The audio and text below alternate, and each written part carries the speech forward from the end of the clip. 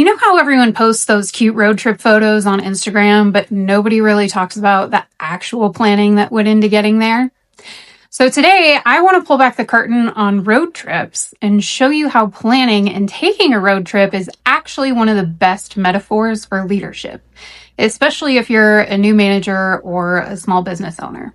So if you ever felt like leading your team or running your business is just one long chaotic drive with questionable snacks and no clear directions, this one's for you. Let's talk about what road trips can teach you about leadership. I'm literally heading out on a road trip this weekend, so I'm in planning mode right now. And as I've been mapping it out, like where I'm going, what I'm packing, how long I'm driving each day, I realized this is exactly what so many new managers and small business owners don't do in their leadership. They wake up on Monday and just start driving. There's no real destination, no clear plan, just reacting to whatever pops up on the road. So I want you to imagine your leadership like a road trip. You're behind the wheel. Your team or your business is in the car with you. And then where you're headed, that's your destination, your vision, your goals. And so what we're going to do is we're going to walk through this step by step, just like planning a trip. And as I talk through each part, I want you to mentally check in with how you're leading right now. So let's start with the first thing you do for any decent road trip. You choose a destination. Nobody sane gets in the car and says, let's just burn 4 tanks of gas and see what happens. But that's exactly how a lot of people lead. You know, they say, I want my team to perform better, or I want my business to grow. But that's like saying, I want to go somewhere fun. It's not a destination, it's a vibe. On a road trip, you have to decide, are we going to the beach? Are we going to the mountains? Are we visiting a specific city? Leadership is the same way. Your people need to know, what does success actually look like? What are we driving toward this quarter? What does done look like for this project? The first leadership lesson from road trips is this. Leaders pick a destination and then they say it out loud. So ask yourself, do my people know where we're headed? And if they had to explain our destination to a stranger, could they? If the answer is no, you're asking them to sit in a car with you and trust your driving without telling them where you're going. No wonder they're anxious, checked out, or resistant. Once you have a destination, the next step is the route. You've probably used a map app and noticed it doesn't just show you one route, it gives you different options. It usually gives you the fastest route, the route with no tolls, the more scenic route. And so what do? You choose based on your priorities. Leadership works almost exactly the same way. There's almost never only one way to hit a goal. But a lot of new managers and owners think there's just one right path. So what they do is they over-control the how, they micromanage every step, they get frustrated when people do things differently than they would. And so on a road trip, you don't print a 50-page manual for everyone in the car about exactly how the drive is going to go. What you do is you say, here's where we're going, here's the general way we're going to get there, and here's when we're going to stop. You create a framework, not a prison. So ask yourself, am I obsessing over the exact route that my team takes? Or am I being clear on the destination and flexible about how we get there? Strong leaders know that the route can adjust, but the destination always stays clear. And so then we have the part that nobody wants to talk about, but that everybody remembers: packing. Packing is where it really hits. You only have so much space in the suitcase. You only have so much space in the car. You only have so much energy and time, right? You can't bring every single thing just in case. This is the resource and priority side of leadership. So on a road trip, if you try to pack your entire closet, your entire kitchen, and 3 backup maybe outfits, someone's suitcase is absolutely getting left behind, or the trunk isn't going to close. So in leadership, if everything is a priority, nothing is a priority. It's one of my favorite sayings. So here's your packing question as a leader. What must come on this trip? What's truly essential to this goal? And what is just nice to have that's weighing us down? And so that could really be too many projects at once, or meetings that aren't actually necessary. metrics that no one is really using, or responsibilities that you're holding on to because you don't trust anyone else. When you say yes to everything, you've overpacked the car. No one can move, no one can breathe, and suddenly the trip feels absolutely miserable. And so high quality leadership looks like smart packing, leaving room in the car, leaving room in the schedule, and leaving room in your team's mental bandwidth. Now, let's talk about the roles in the car. Think about your best road trips, right? So we always have the driver, and then there's the navigator, the DJ, the snack manager, the person who's in charge of vibes, conversation, and random stories. If one person tries to do all of that, they're exhausted. And honestly, they're kind of annoying, right? Leadership is the same way. If you're the new manager or the owner who's trying to drive, navigate, DJ, manage all the snacks, control the playlist, approve every decision, right? Like, you're not being a responsible leader. What you're doing is you're blocking your team from stepping into their roles. Good leaders ask, who's naturally the navigator on my team? Who's the DJ, right? The person who brings the energy. Who's the planner, the detail person? And who's the one who's great at checking in on everyone else, right? You don't need everyone to be the same. And in fact, you don't want that. Just think about The Office for a second, right? If everyone led like Michael Scott, we would have absolute chaos. And if everyone led like Dwight, we'd have a dictatorship in the break room. If everyone led like Pam in season 1, nobody would ever make a move. But when you understand what each character is actually good at and where they struggle, you can start to imagine how they'd work together on a road trip or on a team. I'll come back to that in a minute, so just hold that picture in your mind. Okay, so now we're finally on the road, right? And this is where leadership really shows up in motion. Things start happening, right? You miss an exit. There's construction. Someone has to pee every 30 minutes. The weather changes. The GPS glitches, right? Like, this is the land of detours, delays, and unexpected events. And new managers and business owners often take every detour personally, right? They say things like, if I were a better leader, this wouldn't have happened. If I planned more, we wouldn't be delayed. If my team cared, we'd never have these problems. That's one I hear a lot. But think about road trips. No matter how perfect your preparation is, you will hit something unexpected. And so strong leadership isn't no problems. Strong leadership is, how do I respond when something goes sideways? Like when there's traffic, you have a few options. You can sit in it and adjust expectations. You can take an alternate route.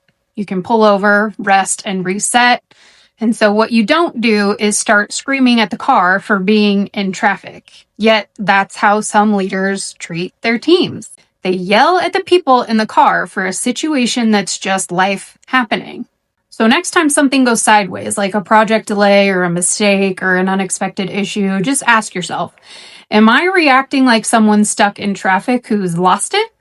Or am I responding like a road trip leader who knows we'll get there? It might just look a little different than we planned. Okay, so now let's talk about communication in the car. Imagine you're on a road trip and the driver says absolutely nothing.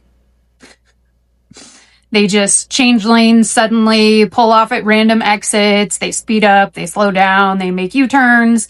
You'd be pretty anxious the whole time. Leadership is no different, okay?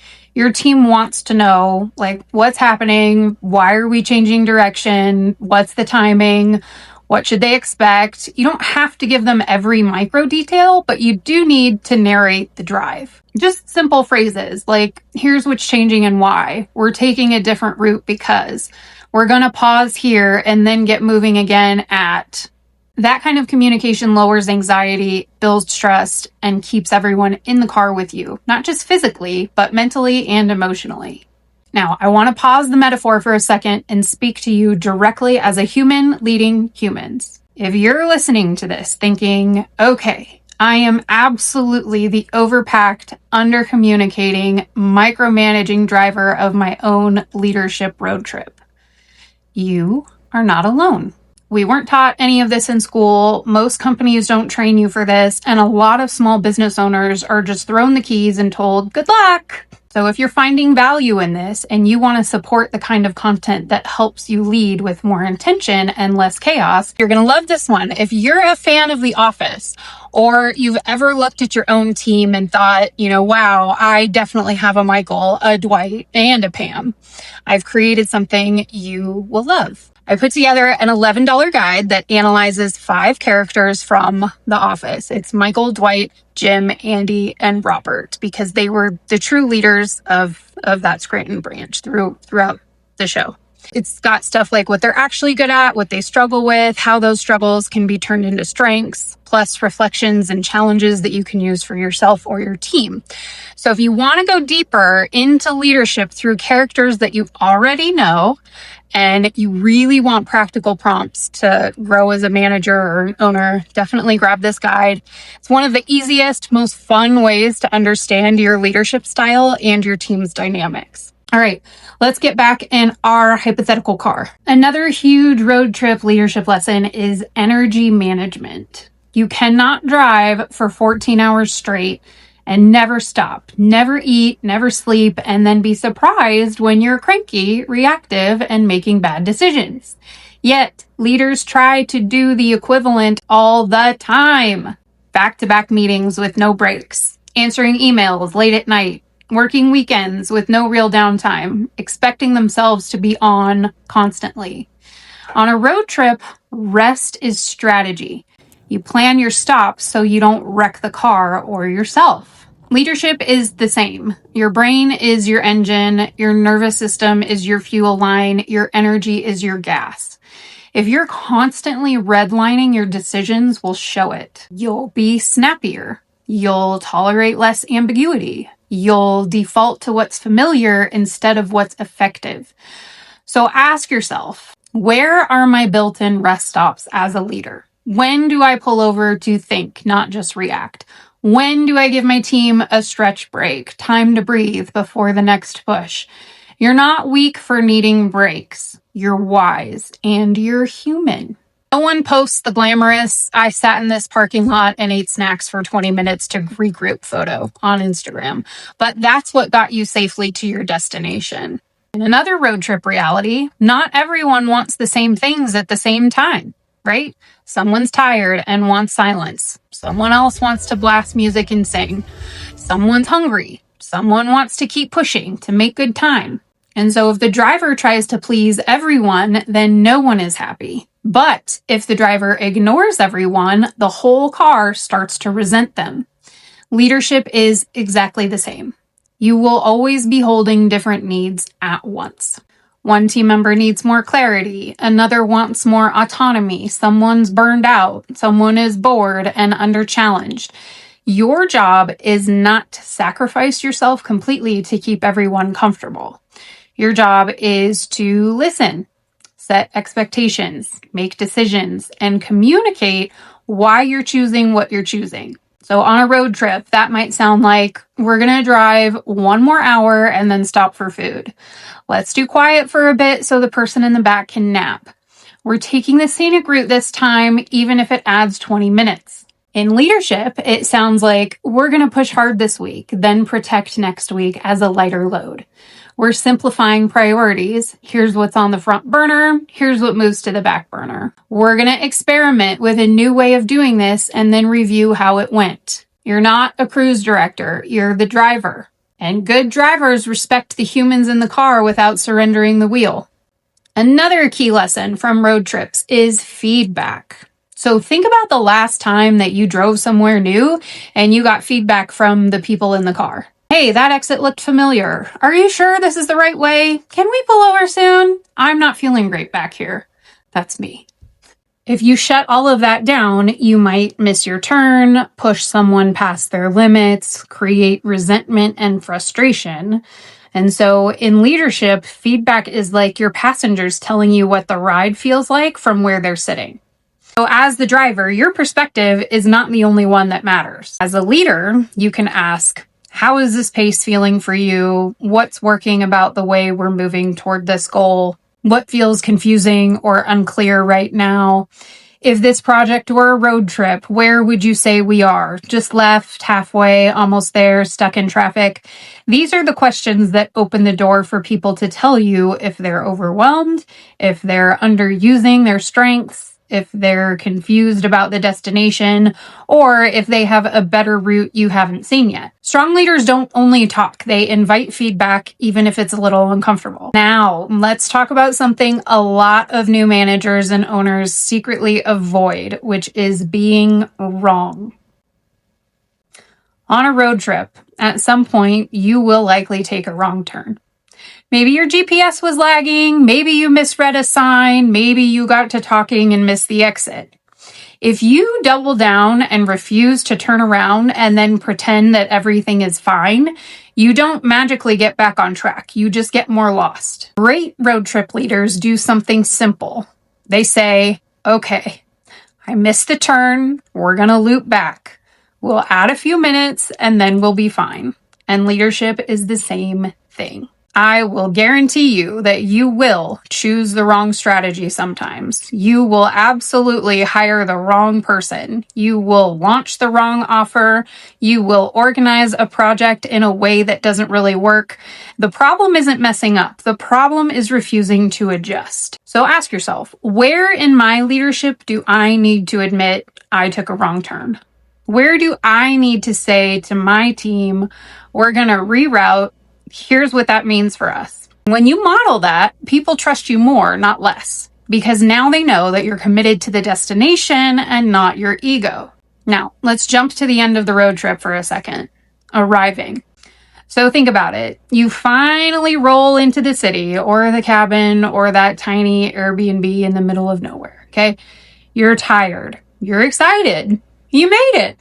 There's that moment where you step out of the car, you stretch, you look around and think, okay, we did that. Leadership needs that moment too.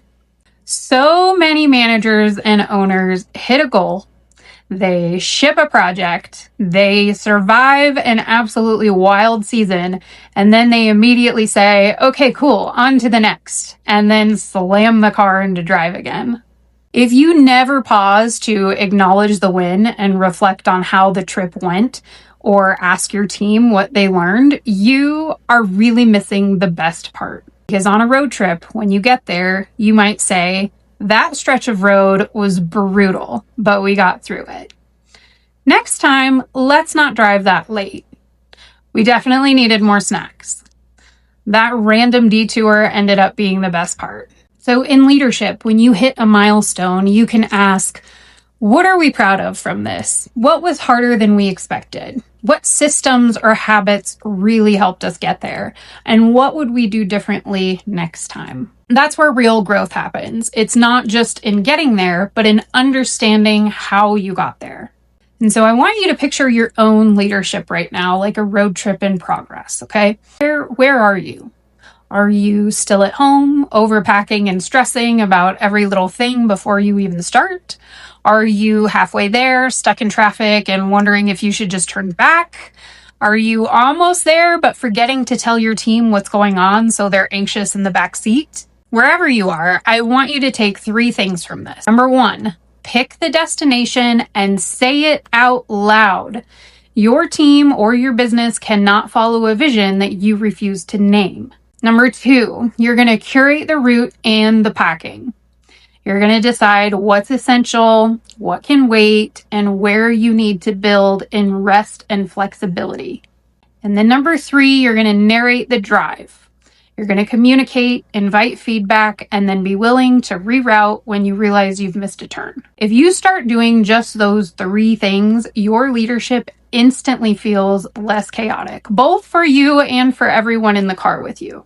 As I head out on my own road trip this weekend, I'm going to be thinking about a lot of this as well. I'll be asking, what kind of driver am I being right now? How am I setting the tone in this car? Where do I need to loosen up and where do I need to be more decisive? And I'd love for you to do the same in your leadership this week. And next time you're in the car, whether it's a big road trip or just a quick drive, use that as a little check-in. If my leadership was a road trip, how would this feel for the people riding with me? If the answer is tense, confusing, rushed, or exhausting, that's not a failure. It's just a sign it's time to adjust the route, rethink the packing, or finally announce the destination. And if the answer is challenging, but clear, supported, and kind of exciting, then absolutely 100% keep going. You are doing more right than you think. As always, thank you for being here, for caring about the kind of leader that you are, and for not just driving on autopilot. If this resonated, share it with another new manager or small business owner who feels like they're behind the wheel with absolutely no map. And if you want to support this work, buy me a coffee and check out that $11 The Office Character Guide to keep learning leadership in the most fun, relatable way possible. I will see you in the next video. You will absolutely want to tune in to see where we went and why. It's going to be a good one. All right, I'll see you in the next one, friends.